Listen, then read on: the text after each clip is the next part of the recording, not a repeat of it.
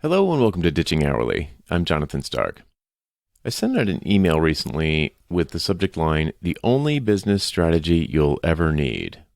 Pretty grandiose, I admit, especially because the body of the message was basically one line of text, which was this: help people you like get what they want.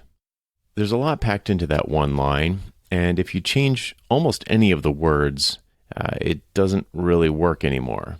I specifically didn't mean give people what they want or give people what they need or help companies prepare for what they need or prepare for what they want. Just about every word in that one sentence, help people you like get what they want, is very carefully chosen.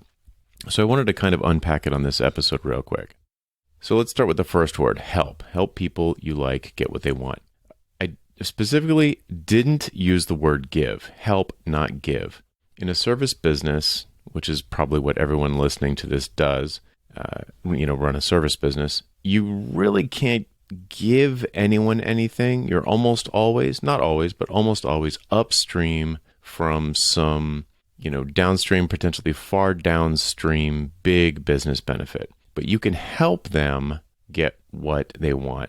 It's usually a collaborative thing. It's not something you can just wave a magic wand and hand over. So I specifically used the word help, not give.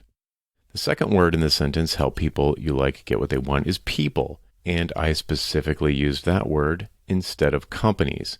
You don't help companies, you help people. You connect with people.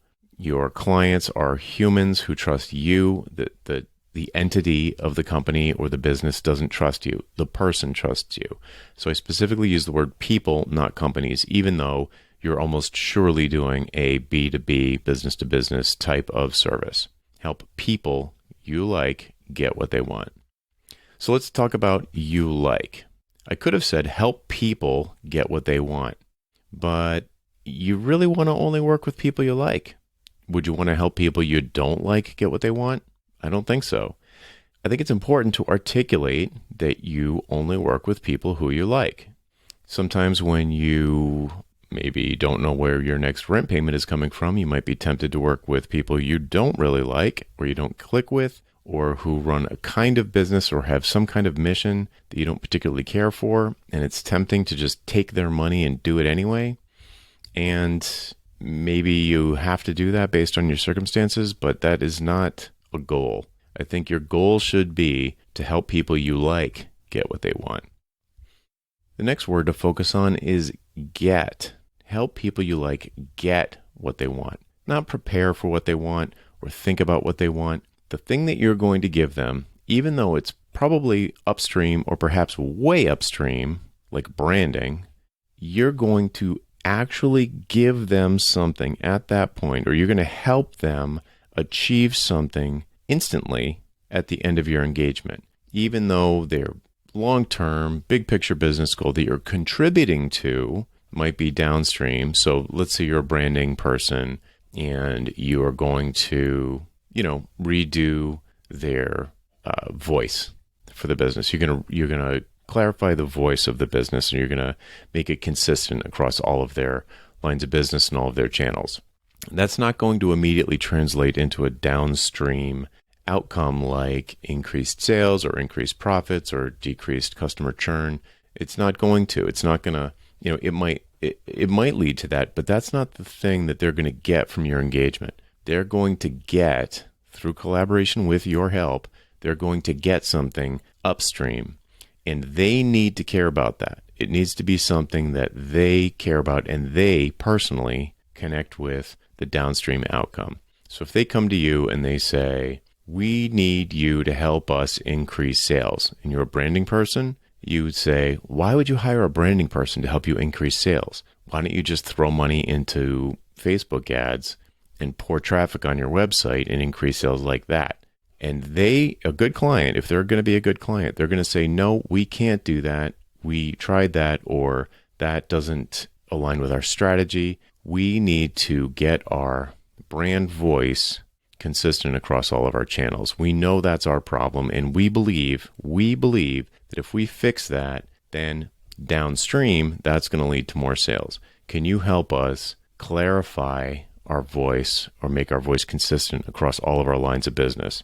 And if you're a branding person who's great at that, you can say, yes, I can work with you. I can help you get that. I can help you get that thing that you want. So it's important to realize that even if you're way upstream, you're going to give them something that to them is extremely tangible because they picked it, even though it might not be, dollars in their bank account. They believe that the thing that you do, the thing that you're an expert at, is going to translate into dollars downstream. And the last thing is want. The line could have been, help people you like get what they need, or help companies get what they need. The problem with the word need is that there's a lot of projection in it. Not necessarily, but there can be a lot of projection in it, where you, as the expert in, let's say, branding, you believe that you know what your customer needs, but they might not agree with it. So I often picture this as like sort of a medical analogy where someone with a terrible cough comes in to see the doctor. And the patient says, look, doc, I need you to do something about this cough. And the doctor's like, well, do you smoke? And the patient's like, yeah, 3 packs a day. And the doctor's like, well, what you need to do is quit smoking. And the patient's like, yeah, but I don't want to do that. I just want you to get rid of this cough. And the doctor in this scenario, they can decide to reject the patient because the patient doesn't want what the doctor believes the patient needs to do, which is to quit smoking. The patient just wants to get rid of the cough. And maybe that's a short-term goal, maybe it's short-term thinking, but that is what they want. The doctor can decide to accommodate them or not, but that's what the patient wants, even though the doctor thinks they need something else. So if the doctor decides to not kick the patient out or not turn the patient away, the doctor could prescribe some sort of medication to help with the cough or some sort of therapy to help with the cough, which it would be better if they quit smoking, but the therapy or the medication might help with the cough, at least in the near term, or at least with the symptom. This is a really important distinction to make in a consulting arrangement because consultants are professionals in a similar way to doctors. And if you're going to be in the business of running around pointing at people saying what you need, you don't understand what you need, I'll tell you what you need, then you're going to have a hard time closing deals because typically you are going to be a much more of an expert at your area of focus than your clients are. Maybe you're an expert at branding or web design or video production, and your client makes pizza. So your client is probably going to come to you and not know exactly the best way to apply your skills to their business. And so there's a tension here where they're asking for something that they want, and you maybe believe almost in a parental kind of way, well, that's what you want, but what you really need is this. That's a big gap, and you need to be careful about traversing that gap and look for a way where you feel like you are being ethical and helpful to the client in a way that doesn't sort of violate the ethics of whatever your craft is. So, you almost certainly aren't a doctor. You probably aren't a lawyer. You probably don't have a bar association or the AMA who could potentially revoke your certification. But there's still this kind of balance that you want to strike between just doing whatever the client asks, the thing that they want, and the thing that you feel like they really should be asking for. So this is just something you have to navigate. But at the end of the day, you're either gonna not work with them, or you're gonna do what they want, or the thing in the middle is through a consultation, you're going to change what it is that they want. So really, those are the 3 options. But I think there's a pretty important semantic difference between helping people you like get what they want versus helping people you like get the thing that you think they need. It's a very important distinction.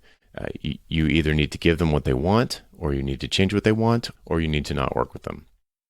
All right, so hopefully that was helpful. It's 8 words with a lot of thought and meaning packed into them. I kind of wanted to unpack that for you on this episode here. And that's it for this time. I'm Jonathan Stark, and I hope you join me again next time for Ditching Hourly.